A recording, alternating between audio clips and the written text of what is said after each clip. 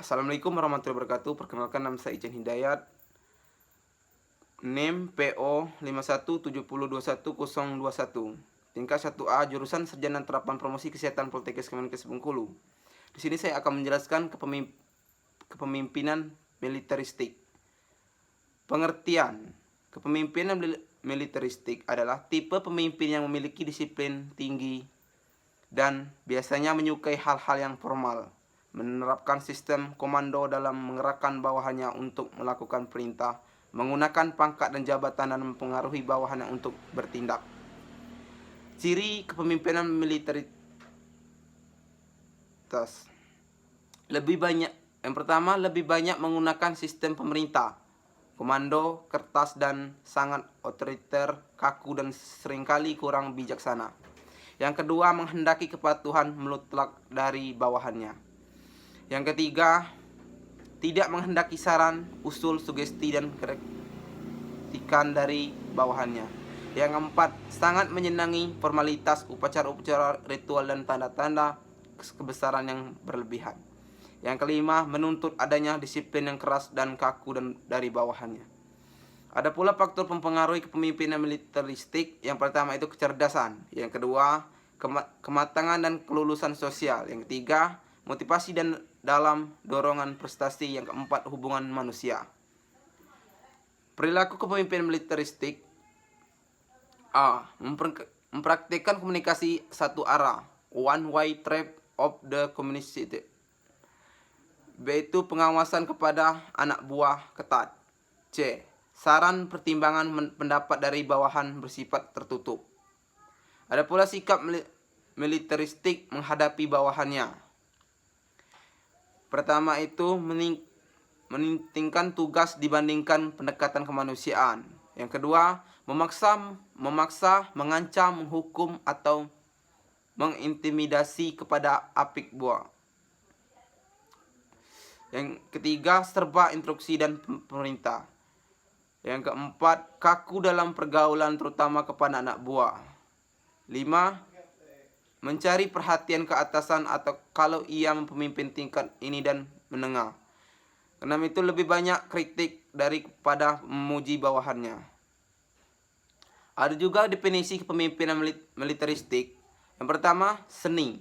Kepemimpinan mengandung arti kecakapan, kemahiran, dan keterampilan. Praktikan teori secara sistematis dan tepat yang berdasarkan atas pengalaman. Yang kedua, ilmu kepemimpinan. Ilmu berdasarkan atas sejumlah teori militeran yang telah dipelajari dalam dapat diajarkan. Yang ketiga itu mempengaruhi dan menuntun. Unsur pengaruh dan menuntun dalam kajian kepemimpinan militer menekan sebuah pandangan bawa manusia. Yang keempat, manusia. Unsur manusia memang peran fundamental dalam kepemimpinan militer. Yang kelima, unsur tujuan dalam pemimpinan militer merupakan seni dan ilmu untuk membawa dan mempengaruhi organisasi militer menuju pencapaian sasaran kepentingan dengan baik. Ada juga kelebihan dan kelemahan militeristik. Yang pertama, kelebihan militeristik tegas dan tidak memiliki keraguan dan bertindak dan mengambil keputusan.